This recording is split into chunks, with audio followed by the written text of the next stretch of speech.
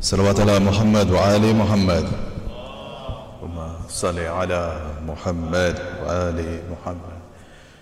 Respected brothers and sisters, Assalamu alaikum.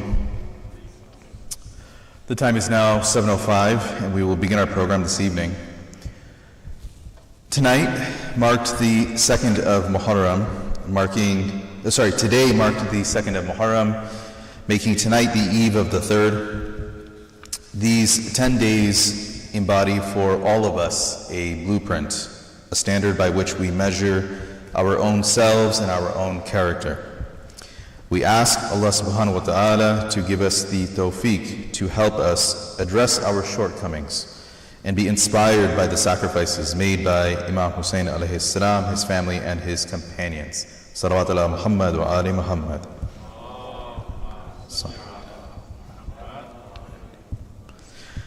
Our program tonight will be led by the recitation of the Noble Quran, Surah Al-Fajr, ayah number 89, by Brother Hadi Dosani. This will be followed by a short speech by Sister Anam Hussein. And then we will have a recitation of poetry in tune by Brother Aqil Haider. Tonight's Majlis, of course, will be addressed by Hujjatul Islam, Sayyid Sulayman Hasan Abidi. Before we begin tonight's program, I'd like to share some guidelines around logistics and a few community announcements. For families with young children, you are all, alhamdulillah, welcome inside the lecture hall. However, for their safety, please ensure that they are with you at all times.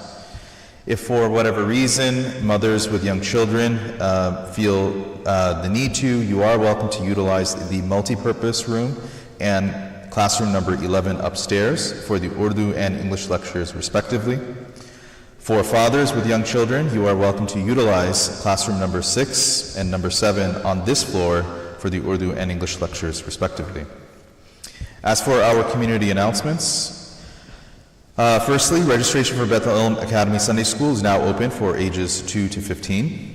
You can find the links to the registration forms on Beth Al-Ilm's website at bethalilm.org under the Sunday School tab, as well as the weekly emails that go out. The administration is available to help you register or answer any questions. There will be a table, I believe, outside this entrance. Otherwise, it will be in the lobby upstairs. You can also reach them by email at sundayschool@bethalilm.org. Next, Beth Al-Ilm is hosting a weekly ladies majalis, a series of majalis that will take place every Saturday at 11 a.m. These majalis will start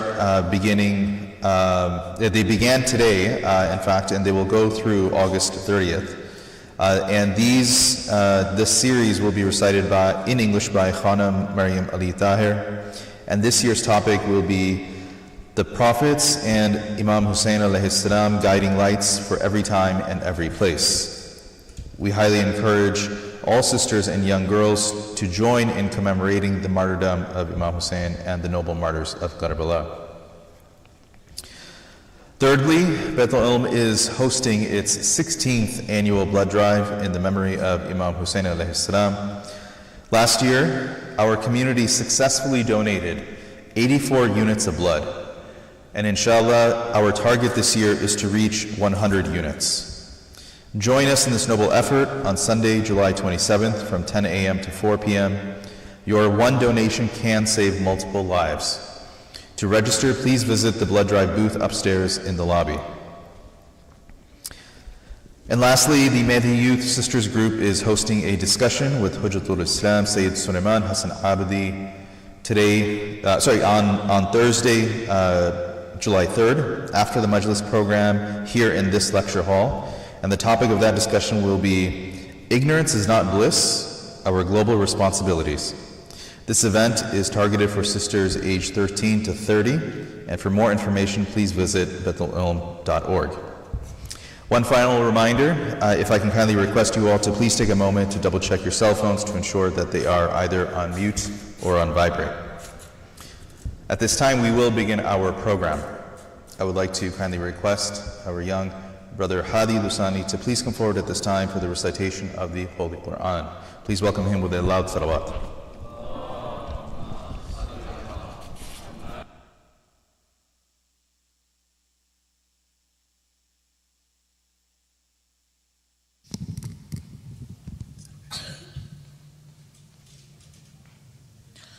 أعوذ بالله من الشيطان الرجيم.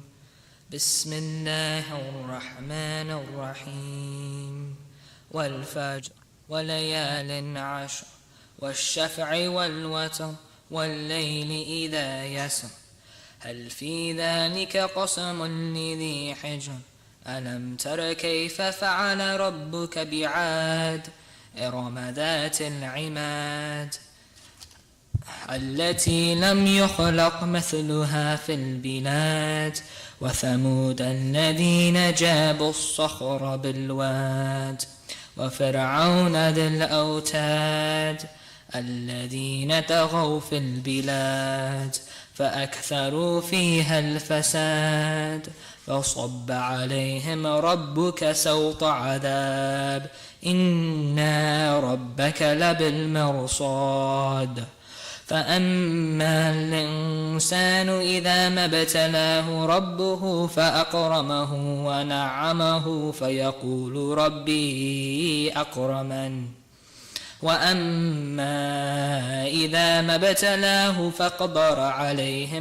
فقدر عليه رزقه فيقول ربي أهانن كلا بل لا تكرمون اليتيم ولا تحاضون على طعام المسكين وتأكلون التراث أكلا لما وتحبون المال حبا جما كلا إذا دكت الأرض دكا دكا وجاء ربك والملك صفا صفا وجيء يومئذ بجهنم يومئذ يتذكر الإنسان وأنى له الذكرى يقول يا ليتني قدمت لحياتي فيومئذ لا يعذب عذابه أحد ولا يوثق وثاقه أحد يا أيتها النفس المطمئنة ارجعي إلى ربك راضية مرضية فادخلي في عبادي وادخلي جنتي صدق الله العلي العظيم.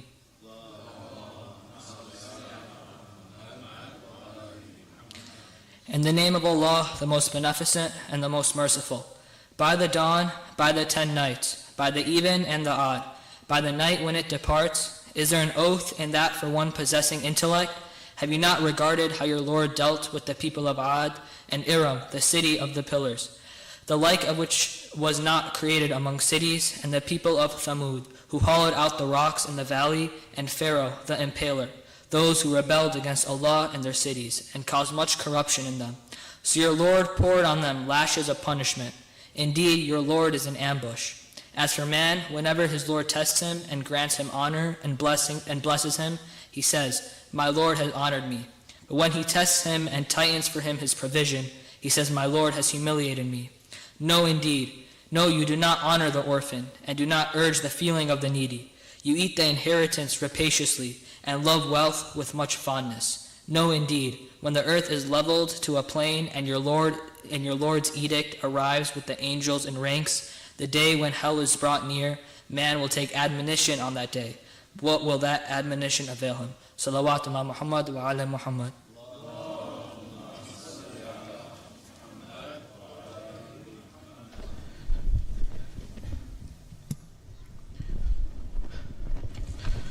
Jazakallah, Brother Hadi. That was a wonderful recitation and translation for his Sehat and Salamti and Khair Barakat. Let us all recite a loud salawat. Salli ala Muhammad wa ali Muhammad. Brothers and sisters, I would now like to request Sister Anam Hussain to please come forward at this time. She will be giving a speech here from the podium. Let's welcome her with a loud salawat. Allahumma salli ala Muhammad wa ali Muhammad.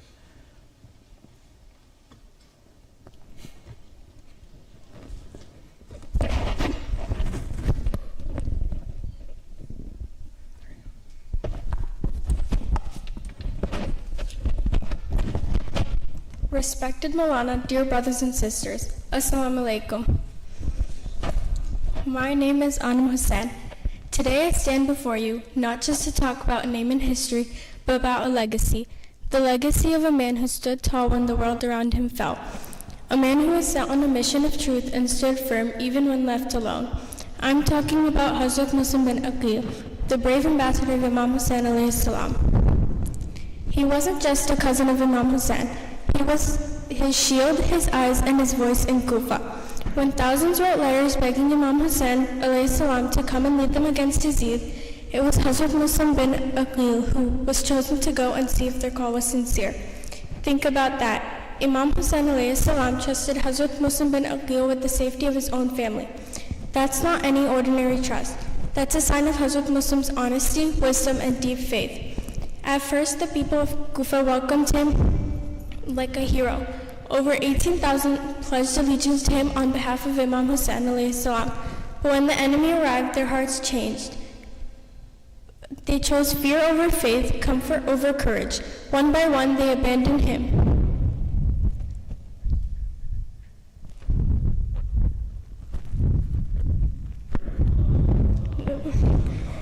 Until completely alone. Now let me ask you, what would you have done in that moment? No army, no friends, no backup. Most of us would have ran.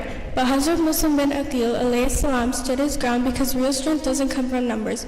It comes from purpose. He knew he was standing for truth, and that was enough for him. He fought bravely alone in the streets of Kufa. Captured and bleeding, they dragged him to the palace of Ibn Ziyad. Did he beg for mercy? No. He spoke like a lion. He faced death with dignity, and before his execution, his only request was to send word to Imam Hussain, warn him not to come to Kufa. Even in his final moments, he was thinking of not himself, but of his Imam, his mission, and the truth. So what does Hazrat Muslim bin Aqil alayhi salam teach us, the youth of today? He teaches us loyalty to our faith, our values, and to truth, even when it's hard. He teaches us courage, the kind that doesn't depend on popularity or applause, but on purpose. He teaches us resistance, to stand up, speak out, and never sell your soul for comfort or fear. And most of all, he teaches us sacrifice, that some things are worth giving everything for. Hazrat Muslim bin Aqil alayhi salam didn't just die, he rose. He rose as the first martyr on the path to Karbala, lighting a fire of resistance that still burns in our hearts today. In conclusion, Hazrat Muslim bin Aqil's life reminds us that truth, loyalty, and sacrifice are timeless values. In our own lives, we may not face swords or armies, but we do face moments where we must choose between right and wrong. Let us choose as he did, with courage, with faith, and with honor. So I'd say this to myself and to all of you. If you want to follow the path of Imam Hussain alayhi salam, then start by learning from Hazrat Muslim bin Aqil. Be loyal when it's hard, be brave when you're alone, and always stand for truth no matter the cost. Thank you. Salawat.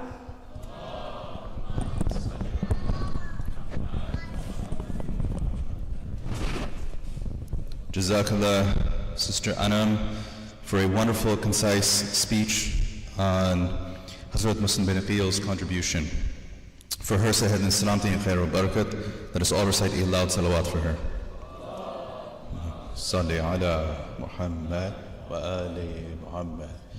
Brothers and sisters, I would now like to request Brother Aqil Haider to please come forward at this time for his recitation of poetry in tune. Please welcome him with a loud salawat.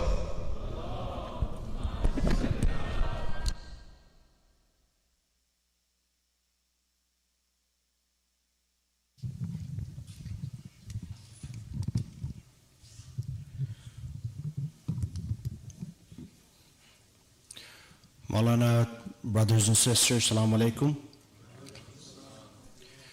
I had the fortunate opportunity to make a walk from Najaf to Karbala a few years ago, so I wrote the following verses. Walk to the holy land of Karbala. You may have the intention, the visa, and all that ready. You still cannot go without the invitation from Hussein ibn Ali. Going to Karbala for first time, no doubt, is tough.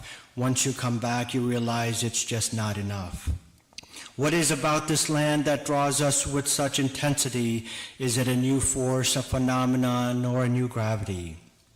I start the walk from Najaf by the grace of the Almighty. Seeing the shrine of Maula Ali brought a sense of awe inside of me. A mystic illumination hovers over the Roza of Imam Ali, place where the sick gains shafa and wishes become reality. Touching the tomb of Maula fires a current throughout my body. Voice can be heard granting permission to visit Hussein ibn Ali. To understand the life of Maula Ali, one must visit Masjid Kufa during this journey. Place walked by Prophet Adam, Noah, Ibrahim, and Muhammad respectively. Place where Maula preached and ruled with great piety. It bears the blood of Maula Ali when struck deceptively. A prayer here equals 2,000 prayers elsewhere reportedly. No ziyarat is complete without paying tribute to Masjid-e-Saila. It holds history of Nabis and Imams giving supplication to Allah. A presence of a nur can be felt in the air at Masjid-e-Saila, a place where Imam Mahdi alayhi salam will descend, inshallah. A walk from Najaf to Karbala, 50 miles on the whole. A 2-day walk, I promise, will cleanse your soul. From beginning to end, prepare to walk 1,400 pole. A walk towards Maula doesn't cost any toll.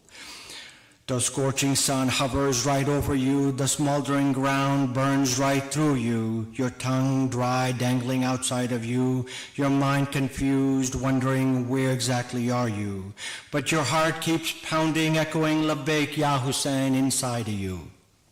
The locals and merchants line up to serve you. The dead from Wadi Salam awaken to cheer you. The angels descend from heavens to praise you. Madare Hussein will hold your hand and walk with you.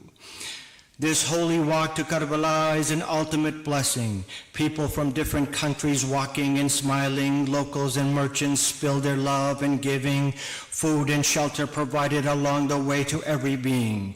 Look and listen as we walk chanting and praying, Labbaik Ya Hussein uttered from the mouths of every being. From a distance, you see the beautiful shrine of Hussein. From a distance, my eyes are filled with tears for Hussein. From a distance, my heart aches with excitement and also pain. From a distance, I ask permission to enter the Haram of Imam Hussein. Hundreds of people swarming around the tomb of Hussein. Hard to imagine a time when he called, no one came. I'm standing in front of Maula who was brutally slain. Maula, we're committed to uphold, not let your sacrifice go in vain. We will gather in Majlis and shed a tear in your name. There lies Ali Asghar on the chest of Hussein, killed by an arrow, splitting his body from his brain. Imam picked up pieces of Asghar with such pain, only 6 months old, what did they have to gain? Hussein buried little Asghar deep in the sands, made a burial for him with his own hands. A young and lonely tomb lies next to Hussein. Ali Akbar, the image of Nabi, son of Hussein, shouted for his Baba after being slain. Hussein cuddled him, kissing him again and again, took his last breath and died in the arms of Hussein. Hussein will not forget the Jang-e-Shauda, that sacrifice, a place in his heart, a place in his paradise. History will never forget their tragic demise. The shrine of Hazrat Abbas stood in the shadows of Hussein, as if he stood guard, protecting the tomb of Hussein. Abbas still hears sounds of Al-Atash again and again. He cannot rest, knowing Sakina's thirst and pain. Habib ibn Mazaya, buried near Hussein's vicinity, a friend of Hussein endowed with highest divinity, whose love and loyalty to Hussein remain till eternity. One can see till a Zainabi distance away. Zainab stood watching her brother every step of the way. Beheaded and severed from his body, Hussein lay. Zainab shouting for her Baba with few words she can say. Wondered what misfortune has brought us on this day. Millions will come to see the family of Hussein in disarray. Asghar here, Sakina there, and Sughra far away. A head cut here, an arm there, a sight that will cause dismay. Please come with love and a will to pray. Shed a tear or two at the shrine where they lay. For Muhammad wa ali Muhammad salawat.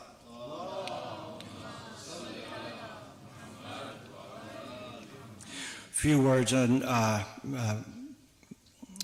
the children of Hazrat Muslim, Mr. Muslim.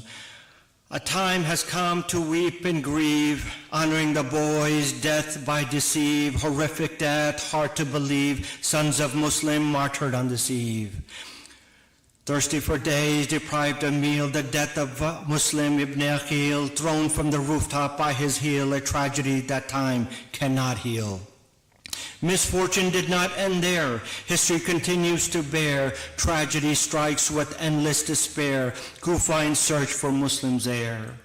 Muhammad and Ibrahim given shelter by a lady. She gave food and water, did not sound shady. Little did they know evil lurked in vicinity. Haritha captured the boys, headed towards Euphrates. Wind was crisp, kissing the early break of dawn. Prayer was the essence, time of Fajr almost gone. Boys pleaded last wish in front of the heartless Khan. Baba Muslim was the last person they called upon. Watching your brother die is the hardest task. They stood there arguing who should go last, embraced each other remembering the past.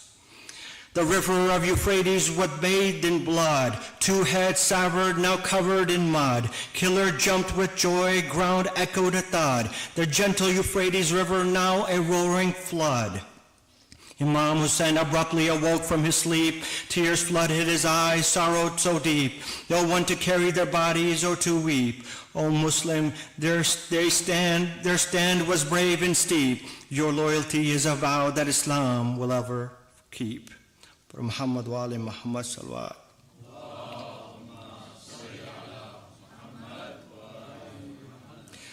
I wrote this one a few years ago. Just wanted to share a few lines here with everyone. Chacha Bas, please come back. Chacha Bas, I will not cry, I will not ask. Please come back. Chacha Bas. A moment in history has taken my family. Karbala I can see, constantly haunting me. Bodies of a family scattered in front of me. I close my eyes and see burning khaymas before me.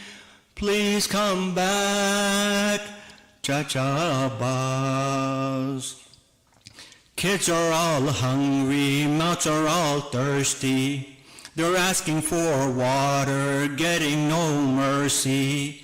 Heads are in sajda, praying to the Almighty. I close my eyes and see Mashke Abbas before me. Please come back, Chacha Abbas. My Oscar is restless, he has a constant cry. Baba took him far away, I never said goodbye. I'm sitting by an empty crib, singing Oscar's lullaby. I close my eyes and see my Oscar's buried before me. Please come back, Chacha Abbas. Baba Hussein looked around, everyone left him all alone. Baba Hussein looked around, everyone left him all alone. Grabs his sword of Zulfiqar, he's going to battle all alone. I held the legs of Zuljana, please don't leave me all alone. I close my eyes and see Shimmer having no mercy. Please come back, Chacha Abbas. Shimmer standing Baba's neck, ready to carve a hole. Shimmer standing on Baba's neck, ready to carve a hole. Moment so appalling, it throttled my soul. Shimmer, leave my Baba, you're making a gaping hole. I close my eyes and see my grandma's weeping next to me. Please come back, Chacha Abbas. I will not cry, I will not ask. Please come back, Chacha Abbas. For Muhammad wa alihi salawat.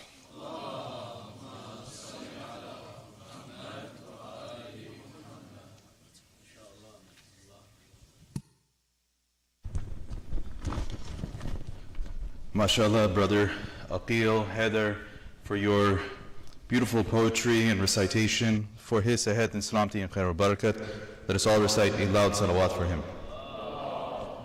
Salli ala Muhammad wa ali Muhammad. Brothers, before I continue, I have a request from our volunteers. If I could specifically request the brothers, if you can all please move forward just a little bit. As you know, as once the lecture starts, we don't like to disturb any of you, and we still have many brothers who come in afterwards. Salawat ala Muhammad wa ali Muhammad. Salli ala Muhammad wa ali Muhammad.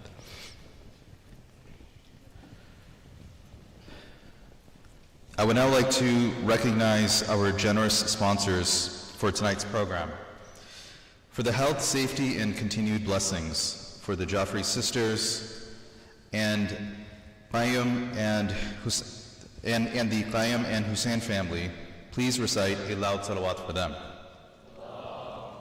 Salli ala Muhammad wa ali. The sponsors have requested that you remember the marhumin of your families as well as the marhumin of their families. In particular, Anzar Fatima Jafri, daughter of Sayyid Talmiz Hussein Rizvi, Sayyid Muhammad Hasnain Jafri, son of Niaz Ahmad, Sakina Jafri, daughter of Sayyid Muhammad Hasnain Jafri, Tahira Begum, Tayyiba Begum, daughter of Fida Hussein, Abdul Qayyum, son of Muhammad Ishaq, Mukarram Hussein, son of Abdul Qayyum, and Fakhruddin, son of Saleh Boy. Please join me now in reciting a Surah Fatiha preceded by a Salawat ala Muhammad wa ali Muhammad. Salli ala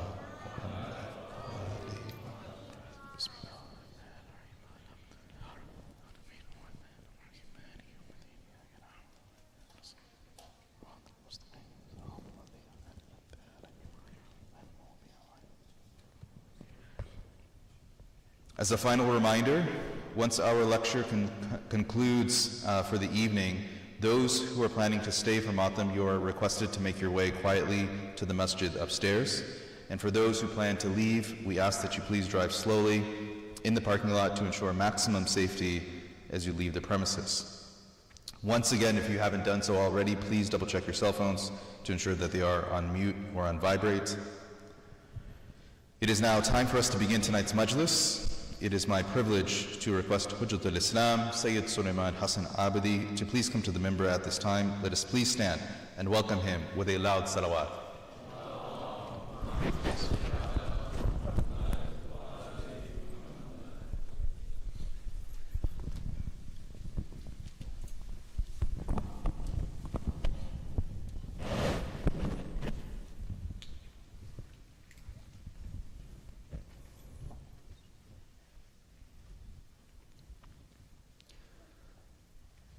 Surah Al-Fatiha.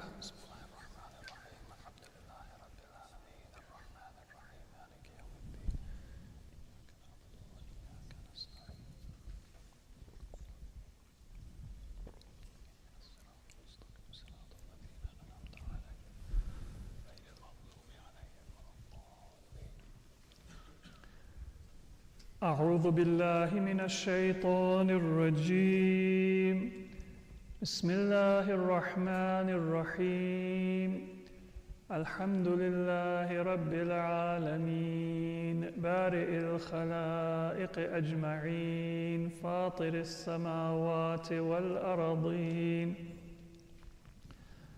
والصلاة والسلام على أشرف الأنبياء والمرسلين المبعوث رحمة للعالمين شفيع المذنبين وحبيب قلوب الصادقين سيدنا ومولانا أبي القاسم محمد اللهم صل على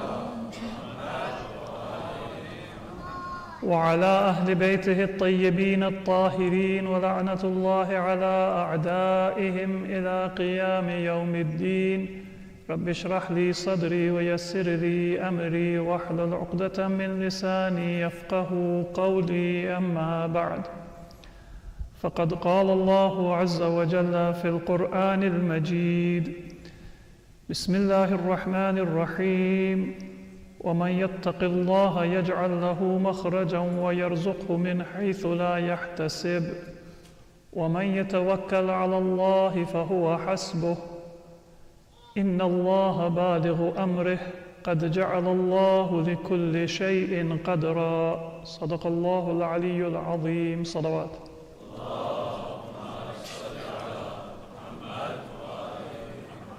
Assalamu alaikum wa rahmatullahi wa barakatuh.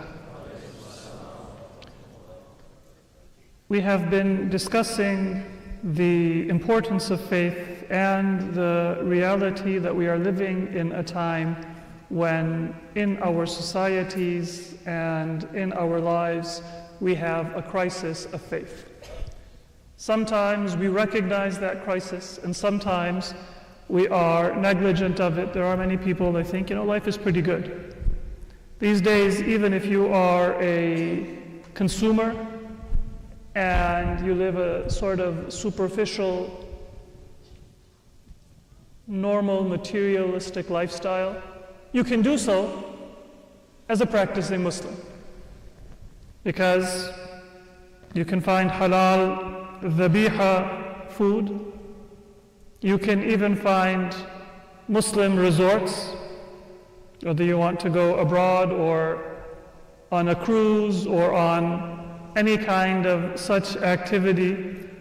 There are days that are reserved, there are places where you can do so in an Islamic environment, and many times people feel like, I'm honoring my religion and I'm honoring my values and I'm also having fun.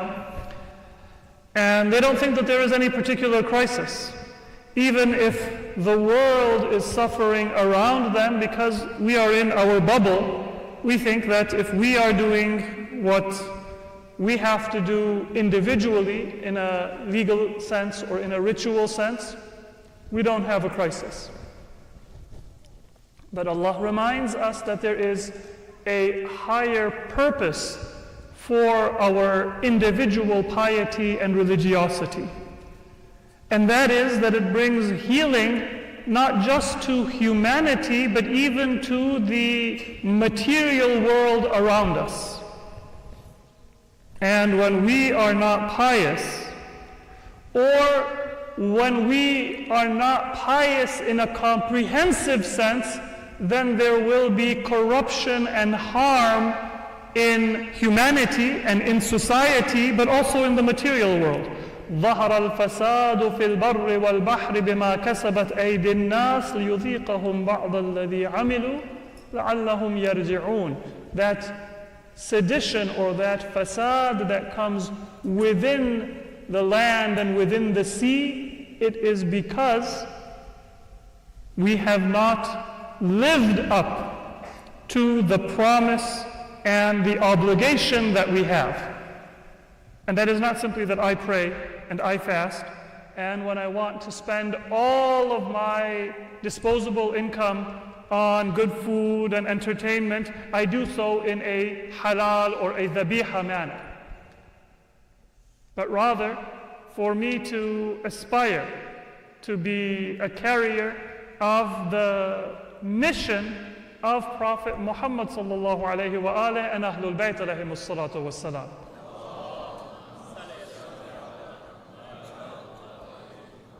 Where it is not just my individual worship or my own safety and comfort that is my concern, but my horizon and my sense of obligation is in line with the command of Allah.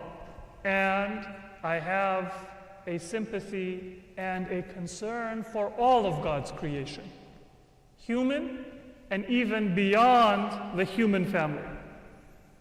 And so a crisis of faith, we can say, is of several levels. One is those essential questions of, should I believe in God? And if I believe in God, then how can I reconcile the fact that there is so much evil within the world around me? In history and in the present time, and what we are witnessing, whether natural disasters or disasters of human creation. Then another level, al-iman an yuta' Allah wa la yu'sa. There is a crisis that isn't about theory, but it is about practice, and that is actually a part of faith, because فرض الله الإيمان على جوارح ابن آدم. Iman, it is distributed within قسمه عليها وفرقه فيها. It is distributed within our organs and our limbs. And so anything that I am not practicing, even if I think that I'm solid in my beliefs, it is a crisis of faith. Because al-imanu amalun kullu. Faith is a decision and an action, whether it be an action of the heart or an action of the tongue or an action of the outward limbs, but it is an action, it is a decision. It is doing and not just thinking. And so that is one level of a crisis. And then a third level is where our horizon is limited. And that is where I quoted a hadith narrated from our fifth Imam, Imam Muhammad al-Baqir alayhi salatu was-salam,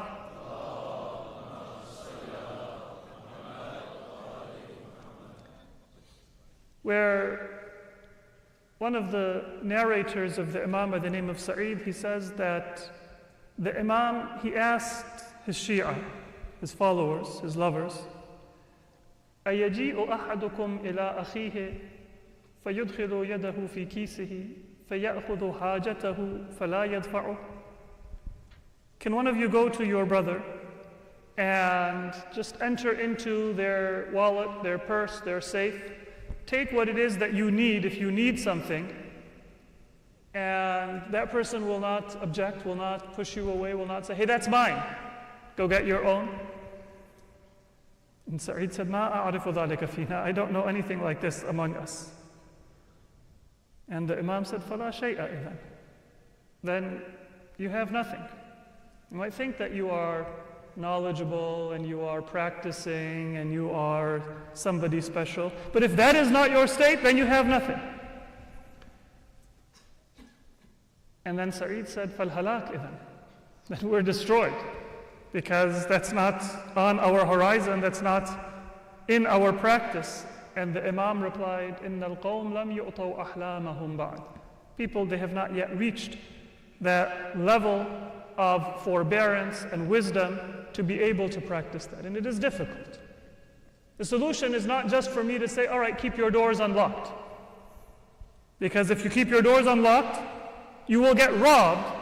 But it isn't that your brother who is needy will actually get any closer to what they need. So it's not just that the wealthy need to be a little bit more generous, although that is an important part. But it is that society needs to be built, not in terms of laws, but in terms of relationships and priorities in a different manner. And that is those who are wealthy and those who are poor, those who are in the middle, those who are influential, and those who are maybe at the margins of society. All of us need to think and conceive of our relationships and our responsibilities and our rights in a different manner. Some of us, we may look at this hadith and we may say, it sounds kind of socialist. And this is what's going to win you a Democratic primary in New York City, right? But it isn't socialist. The Imam isn't saying, let's add a surtax and equalize everyone's income or everyone's wealth or property. That is not what the Imam is saying.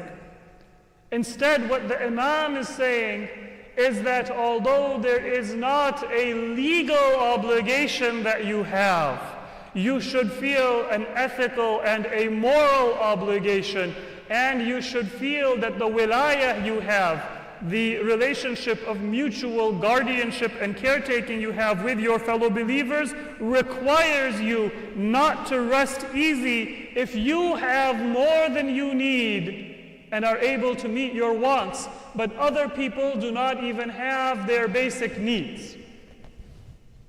Now that might affect which candidate you vote for, but before it is a political decision or a policy decision, it is a moral framework within society. Generally, They say that people tend to be socialists within their own families, but not among strangers. And the more difference there is, the more there is a hesitation for social type of policies and welfare. And an example, most parents, if they have one child who is very wealthy, very successful in business, will tell that child that, well, look after your brother and sister. If you can afford it, help them with their mortgage. If you're very wealthy, they're struggling, just buy them a house. You're not going to miss it. You still have what you need. And often, the children will say, well, I worked for it. When they took a gap year, I was doing an internship. When they were taking it easy, I was working hard. But then that person might say the same thing for their own children. It's not always the case, and I'll talk about that as well. But you can often see that there is a difference. The closer you feel to somebody, and siblings take care of them, their family and each other more than strangers will.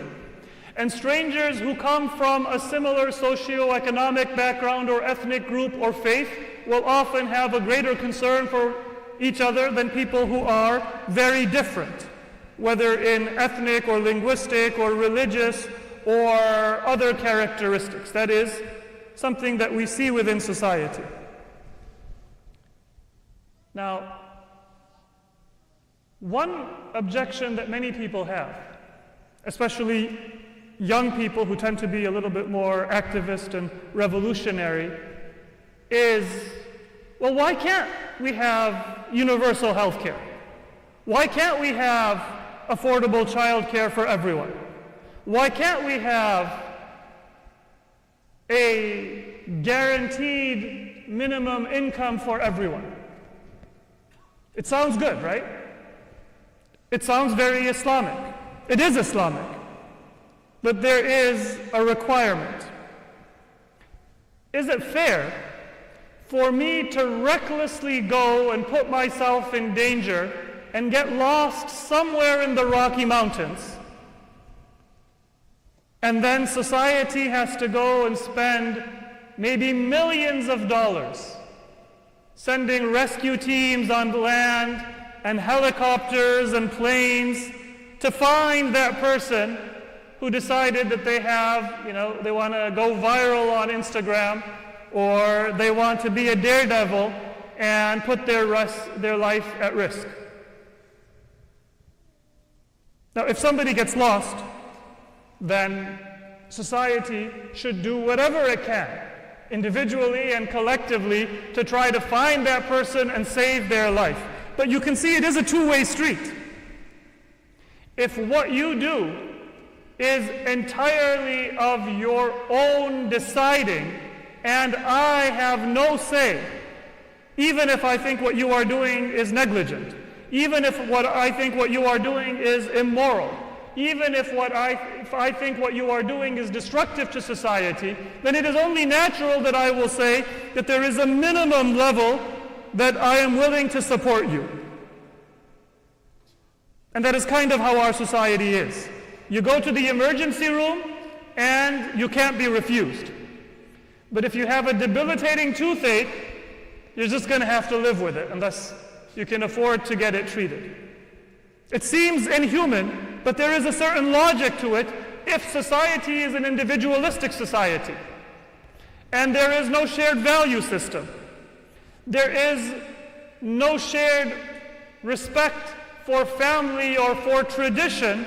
Then it is only logical for me to say that, well, I don't own your decision, and I am not responsible for your decision, and I don't want to have to pay for your carelessness or your inability to finish college or finish high school or get training or take care of yourself.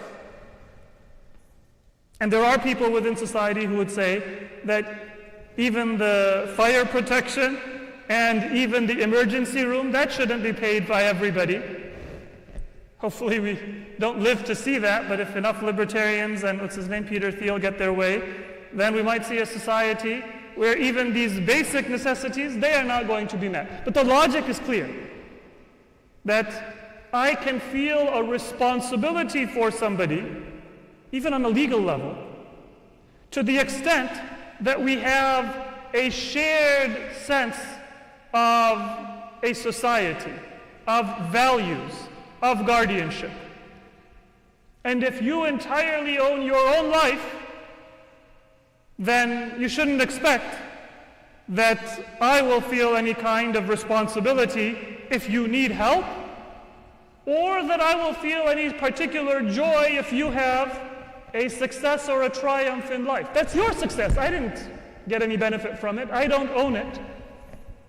The good and the bad belongs to you. And this is one reason why we see that there were traditions within most of our Islamic societies where parents would sacrifice everything for their children. Even if they were wealthy, then they wouldn't look at their own comfort, but they would say, let me make sure I can pay for my children's education. Maybe they have access to loans. Maybe they have access to grants, but I would rather do it. Let me see if I can help my children buy a house. Maybe they can get a loan. Maybe they can rent or they can get a smaller place, but I want to help them get a head start in their career, in their life, in their marriage. Now, that is part of human nature, and even in an individualistic society, there is some level of mutual assistance that exists, where parents look for the future of their children, and where children look after the needs of their parents. But to have a society where the hadith of Imam Baqir alayhi salam is going to be fulfilled, it is not just that minimum standard. I as a parent need to be able to say that my children are going to pass on my values and my legacy. And so the ideals that I have in my society, they will be represented in the lives of my children. And only if that is the case, then when I have the motivation to go out of my way, not to have a retirement, but to say to my children, don't put your children in daycare, bring them to me. Why? Because I know that I am not just doing a favor to somebody else. I'm not even doing it because I love my grandchildren. I am doing it because me, or I and my children, we are building a shared religious and spiritual and pious legacy that is worth more than any material resource or wealth or experience that I may acquire within this world. Is the distinction clear? It's easy for me to say that, if you have two college-age children, one of them applies to a college and gets a full ride in a scholarship, and the other one struggles. Maybe they even have similar grades and a similar resume, but sometimes there is an element of chance, at least chance as we see it, not as Allah decrees it. And it's one thing for me to say, well, you shouldn't be jealous. There's a wisdom and a purpose in everything. On an individual level, I can tell you that you shouldn't be envious of the good fortune of your siblings. But there is going to be a distance that will naturally come in the life experience of those siblings because of that difference. On an individual level, I can say, I'm going to give you a book of akhlaq, and I'm going to give you a lecture, you shouldn't be envious. But on a society, if I want to minimize envy and isolation, then I need to create a framework where when my sibling has a resounding success in business or in education or in career, then they feel that that belongs not just to them, but also to their family and to their friends. And I also feel that I am invested in that decision and in that success and in their life. The institution is separate from simply a moral exhortation. Be humble. Be happy for somebody else. Yes, that's good. on an individual level.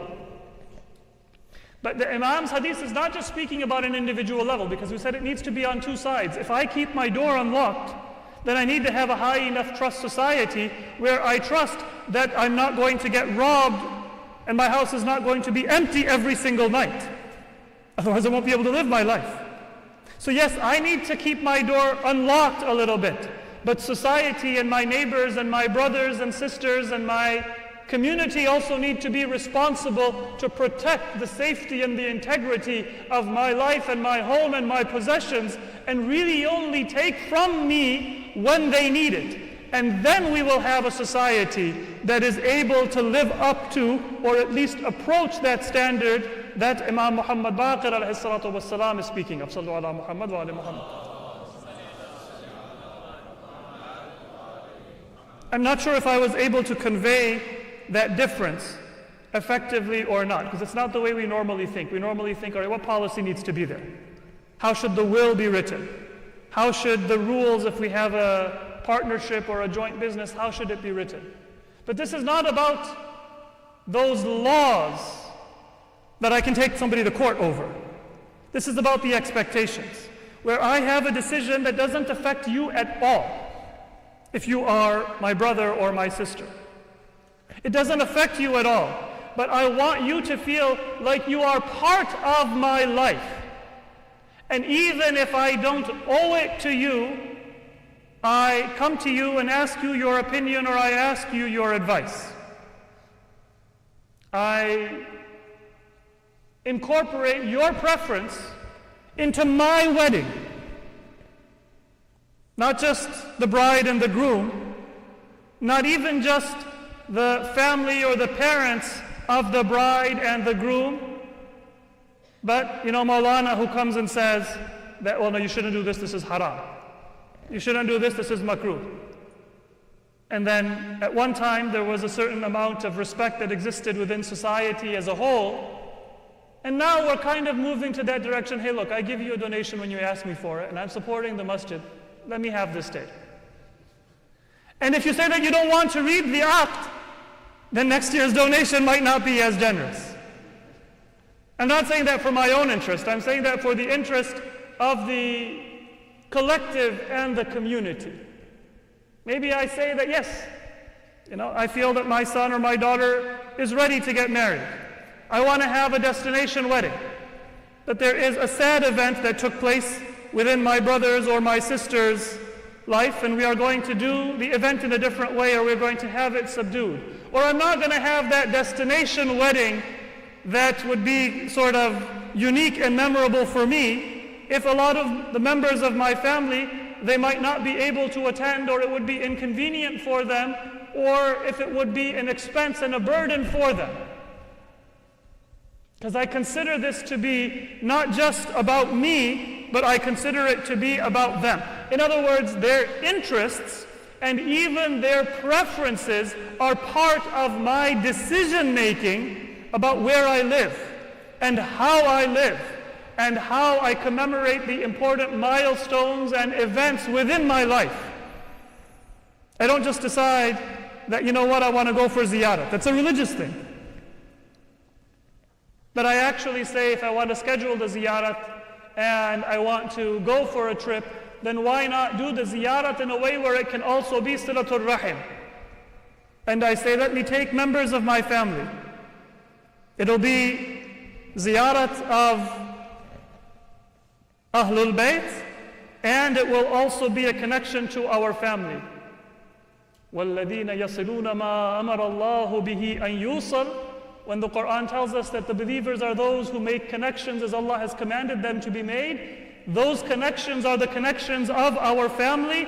And then, as a hadith tell us, above and beyond our own family, the family of the Prophet, because the Prophet is our father before our own father, and the family of our Prophet is our family before our own family. If we can combine that and not just say that this works for me, but to say, how am I going to make that trip so it can bring me closer to my relatives? Maybe changing the date, or going on a slightly less luxurious package. so it's going to be available to others. Or actually saying that I would like to treat everyone. I'm not going to go and buy a new luxury car.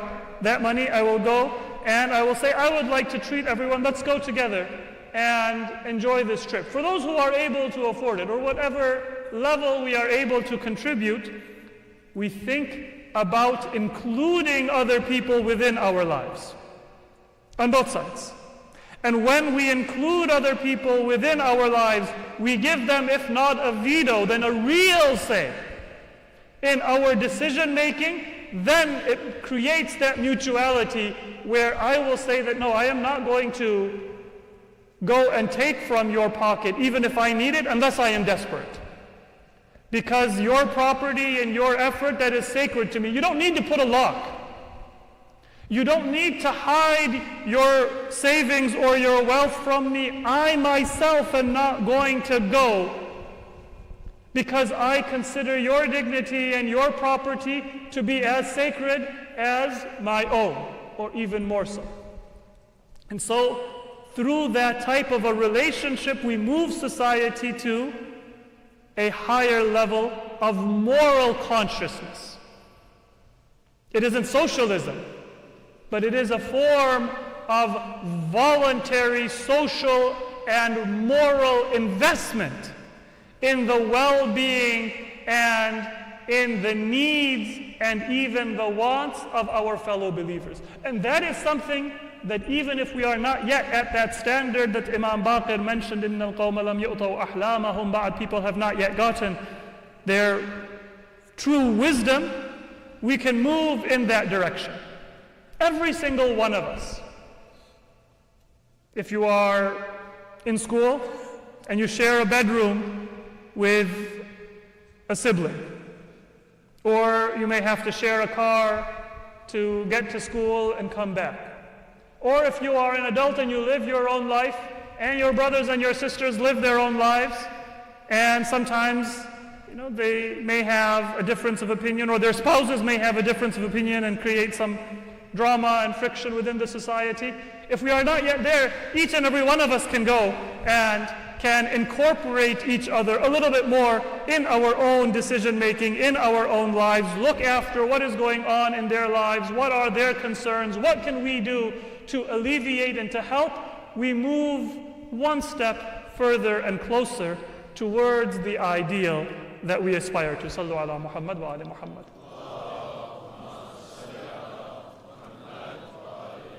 Brothers, if I can ask everyone, please stand up and move forward. Sallu ala Muhammad wa ali Muhammad.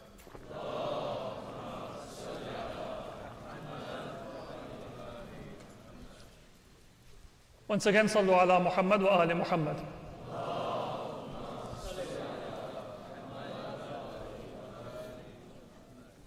So it is a difficult task. That's one level of crisis that we have, and this is very widespread. I think that most of us, we can say that we think of our needs and our interests, and my parents and my children even sometimes, they do not enter into the equation. Certainly my siblings and my nephews and my nieces, and what would they want or what could help them, that does not enter into our consideration. And then beyond that, our society, our long-standing friends and fellow mu'mineen and mu'minat. But let's back up and come to that first crisis, which is belief in God. For many people, that seems to be a theoretical question. Prove God exists. There are many proofs that are mentioned for God's existence. But in essence, those proofs are for somebody who is lacking in presence and in awareness to remind. It's like if somebody says outside on a bright day at noon, I don't know if it's day or night. Can you prove that it is daytime? And you say, you know what, luckily I have an internet connection, timeanddate.com. Yeah, see, it says it's daytime. That is a proof, if it's accurate, and it's not a spoofed website. But there is an easier thing. Look up. Right? The reality is that you don't need the proof. The proof is there, it's great. That's how axioms often, or theorems often work within math, right? They prove something that you also know intuitively. The Quran describes that. سَنُرِيهِمْ آيَاتِنَا فِي الْآفَاقِ وَفِي أَنفُسِهِمْ حَتَّى يَتَبَيَّنَ لَهُمْ أَنَّهُ الْحَقِّ أَوَلَمْ يَكْفِ بِرَبِّكَ أَنَّهُ عَلَى كُلِّ شَيْءٍ شَهِيدٌ. There are signs that exist within creation. And Allah says that we shall soon show them our signs fil afaq, in the horizons in the world, وَفِي أَنفُسِهِمْ, and in their own bodies and in their own selves, حَتَّى يَتَبَيَّنَ لَهُمْ أَنَّهُ الْحَقِّ. Those signs of God within creation, they will prove to you that it is the truth.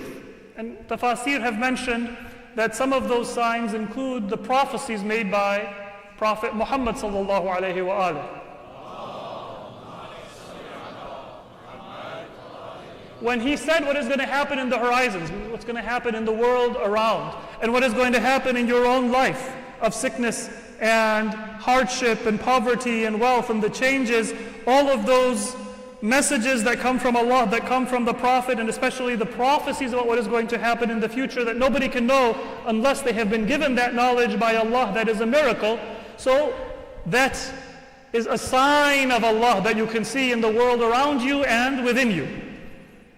And then the intricacy of the world, the mystery of consciousness, and the vastness and the precise arrangement of the physical world so that it sustains life and allows us to exist. All of those are signs of God. And they are proofs. They are like you standing under the bright sun and going to timeanddate.com and saying, is it sun? Great, do that. But then, أَوَلَمْ يَكْفِ بِرَبِّكَ أَنَّهُ عَلَى كُلِّ شَيْءٍ شَهِيدٌ. The reality is it not sufficient that your Lord is witness over all things, or that your Lord is witnessed in all things? That sentence, أَوَلَمْ يَكْفِ بِرَبِّكَ أَنَّهُ عَلَى كُلِّ شَيْءٍ شَهِيدٌ, can have one of two meanings. Is it not sufficient that your Lord is witness over all things? He is the creator and the sustainer, and He stands watch over all things. And is it not sufficient that your Lord is witness, and when you see the sun, you are not seeing the sun, but you are seeing a manifestation of the creation and the mercy of Allah? And when you see the moon and the stars and heavens and earth and everything within the earth, from the largest cosmic level to the smallest microscopic level, you are not seeing objects, but you are seeing creations, and you are seeing manifestations of the power and the knowledge and the wisdom and the lordship of Allah subhanahu wa ta'ala. And so He is witness over all things, and He is witnessed within all things. And those two meanings are mutually complementary. They are not contradictory. That is the true sign of God. It is within you, and not something that you need to stand back and say, all right, call all the philosophers, let's see what are your proofs for God's existence, and then I'll decide if I want to believe it or I want not to believe it. Some of you have heard what is sometimes called Pascal's wager, and is found in ahadith of Ahlul Bayt, numerous ahadith from our 6th Imam, Imam Ja'far as-Sadiq alayhi salam, and a hadith from our 8th Imam, Imam Ali Rida alayhi salatu wasalam, where they asked,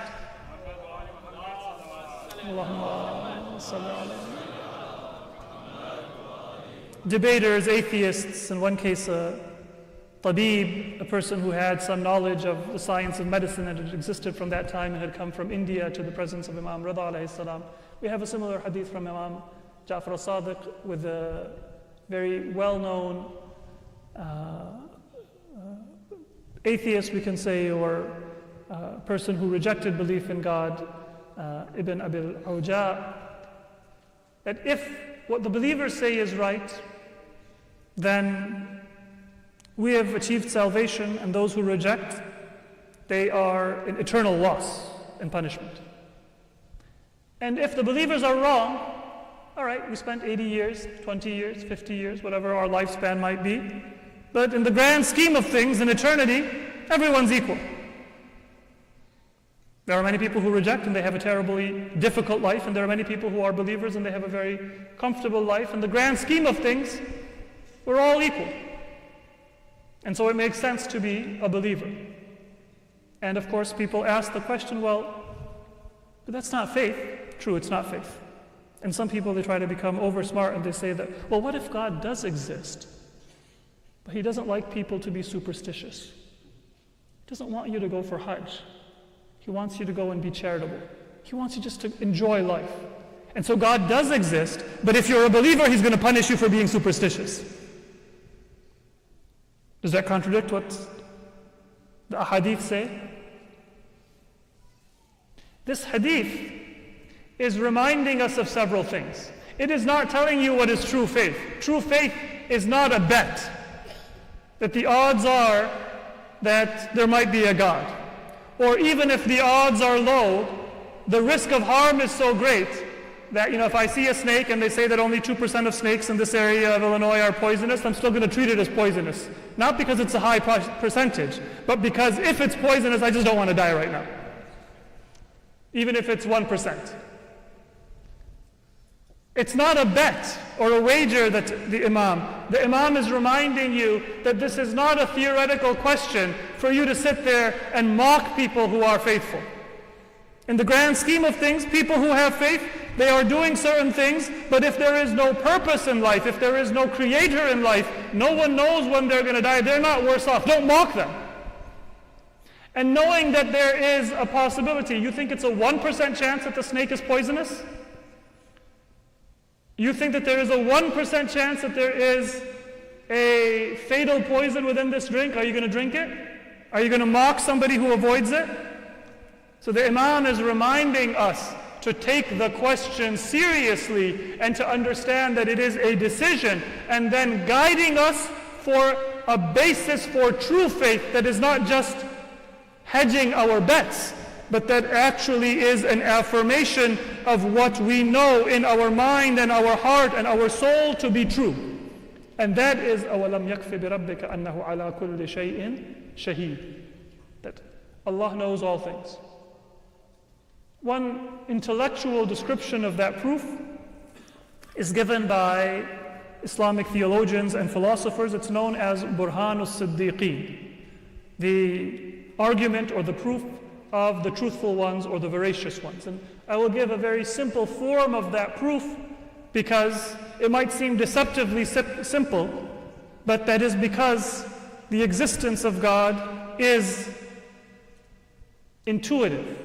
And not just intuitive, it is part of the very fabric of our being, of our heart, and of our mind.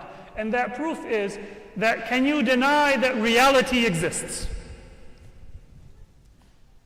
Call it existence, call it being, call it whatever you is, that there is something that is real.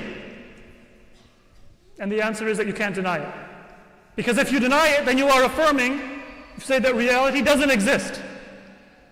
Well, you're saying that non-reality exists. There is still an existence and a reality that you are affirming, even if you say that it isn't the reality, it is non-reality. Well, you're saying that non-reality is real. So reality exists. And it must exist, it cannot not exist, because you cannot deny it. And as Islamic theologians and philosophers will explain, that is God. A reality that exists and must exist and cannot not exist. God is nothing other than that. Beyond that, it is simply to understand what are the attributes of God. Because if there is a reality that exists and must exist and cannot not exist, then it cannot be divisible. It cannot be limited. It cannot have any defect or any ignorance.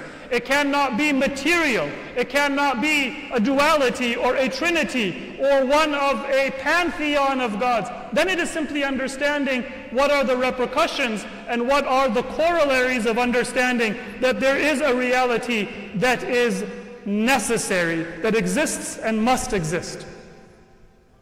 So you don't need to go through creation and say, سَنُرِيهِمْ آيَاتِنَا فِي الْآفَاقِ وَفِي أَنفُسِهِمْ حَتَّى يَتَبَيَّنَ لَهُمْ أَنَّهُ الْحَقِّ. The Prophet predicted that the Muslims are going to conquer Iraq and Persia and Rome, therefore he must be true. Or there is a numerical miracle within the Quran and therefore it must be true. Or there is a scientific miracle within the Quran and therefore it must be true. Or I see these signs within myself and there is a miraculous creation of God within me and therefore it must be true. Those are ayat of Allah. And if that helps you understand and believe in God, more power to you. But أَوَلَمْ يَكْفِ بِرَبِّكَ أَنَّهُ عَلَى كُلِّ شَيْءٍ شَهِيدٌ. There is an even higher sign of God, and that is within your very soul and your. Imam Zainul Abidin says in Dua Abi Hamza al-Thumali, which is often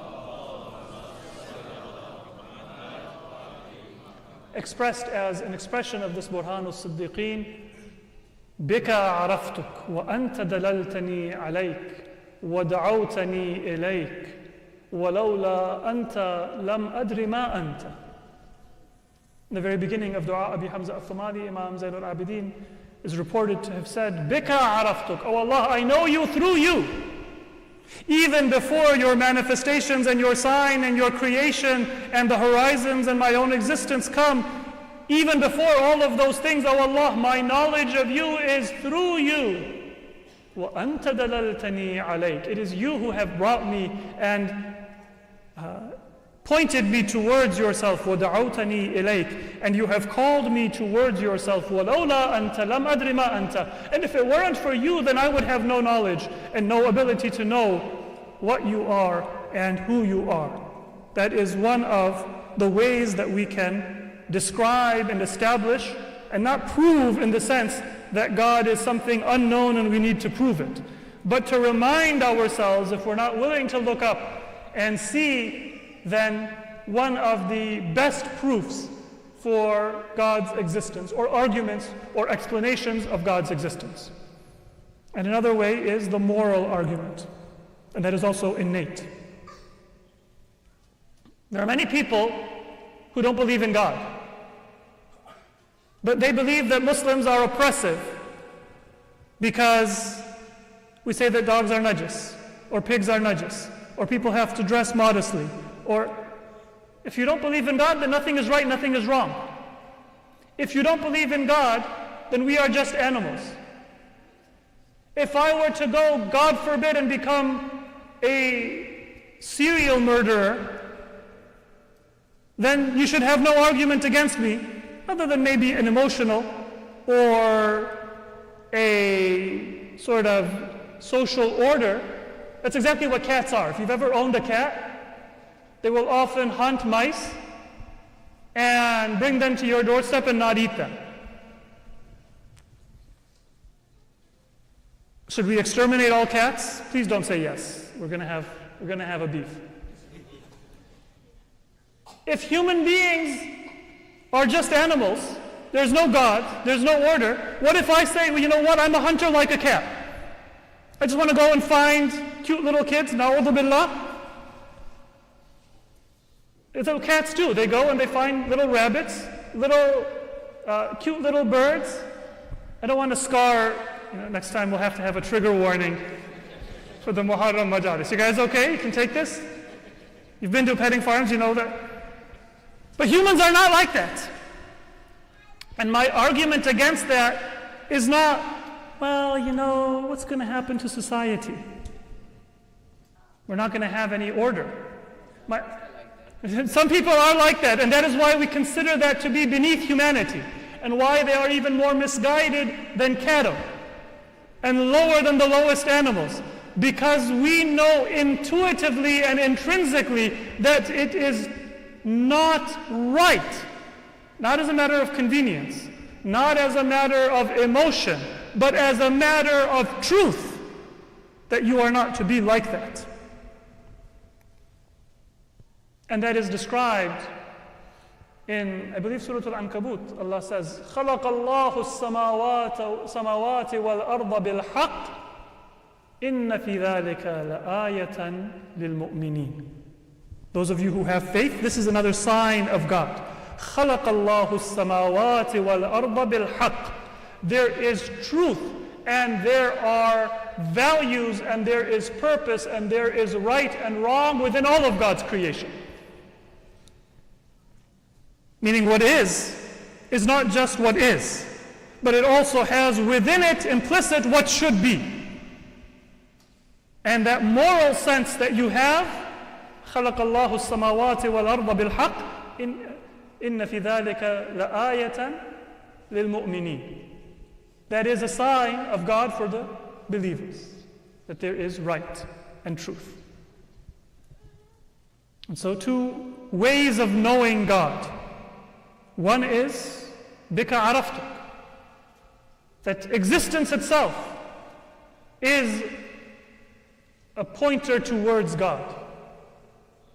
There is nothing in existence that is clearer to us than God for us to use it as a way to understand God.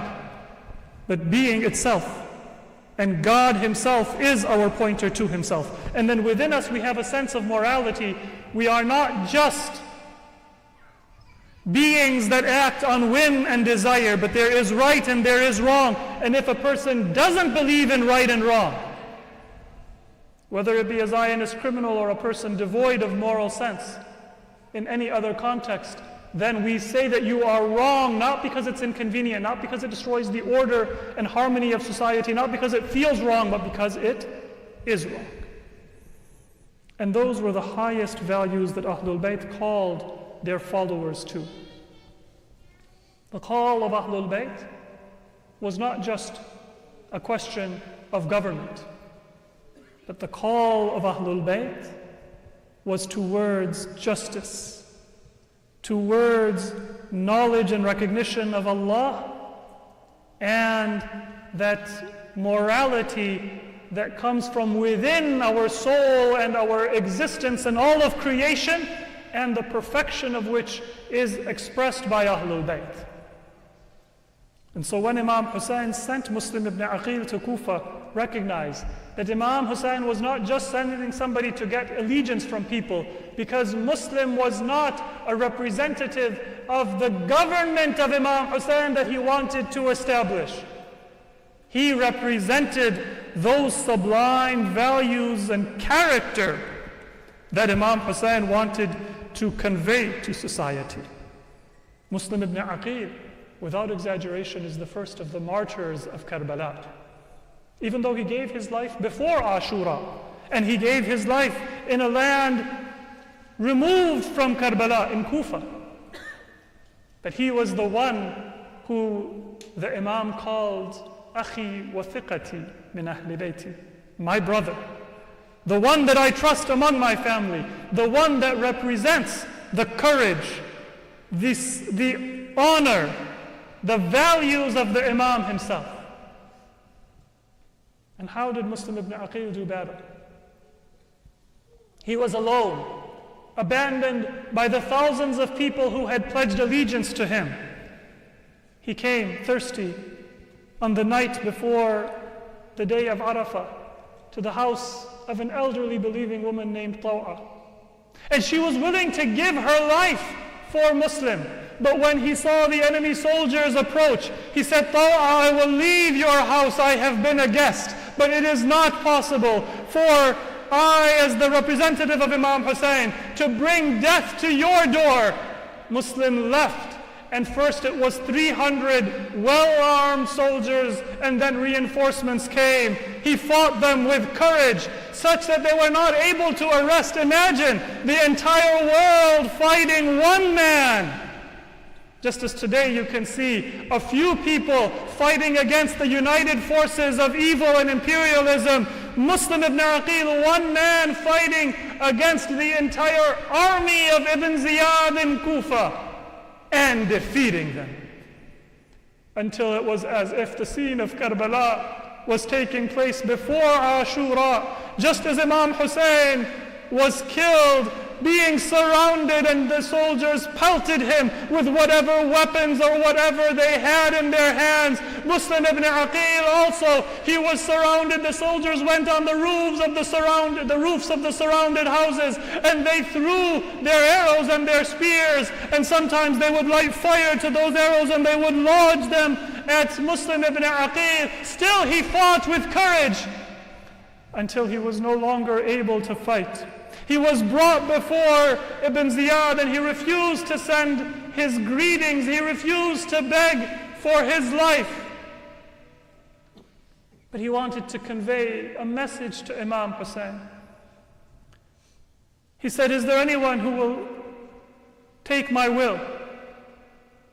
And that will Muslim said that pay my debts and bury my body and convey a message to my master Hussein. I told him that the city of Kufa is ready. They are pledging their allegiance to me day in by the hundreds and by the thousands. Oh Imam, I apologize if I have not been able to make the city of Kufa ready for you. But in the court of Ibn Ziyad, there was no one who would take that message, although it was the prayer of Muslim ibn Aqil. He was thirsty, having fought since morning, alone against hundreds of soldiers. But just like his Imam, Allah had destined that Muslim too was going to be martyred thirsty. Water was brought for him, but every time he brought the water close to his lips, it was filled with blood. And so he threw away the water and he went thirsty. Eventually, Muslim ibn Aqil was taken to the roof of the governor's mansion. And as the soldier of Ibn Ziyad raised his sword above the head of Muslim ibn Aqil, Muslim did not think about his own life or death. He was not worried about the safety of his own children or his own family. He turned his face in the direction of Hijaz. He called out, Assalamu alayka ya Aba Abdullah. Muslim has done whatever he could in service of your path. Oh my Imam, accept my sacrifice in your way.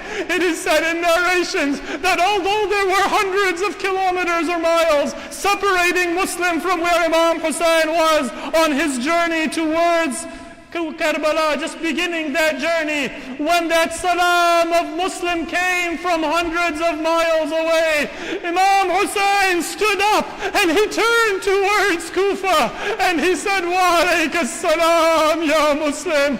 Oh my beloved brother Muslim, you have fulfilled your obligation and we are coming on your footsteps. Inna lillahi wa inna ilayhi raji'un. Salawatu ala Muhammad wa ali Muhammad.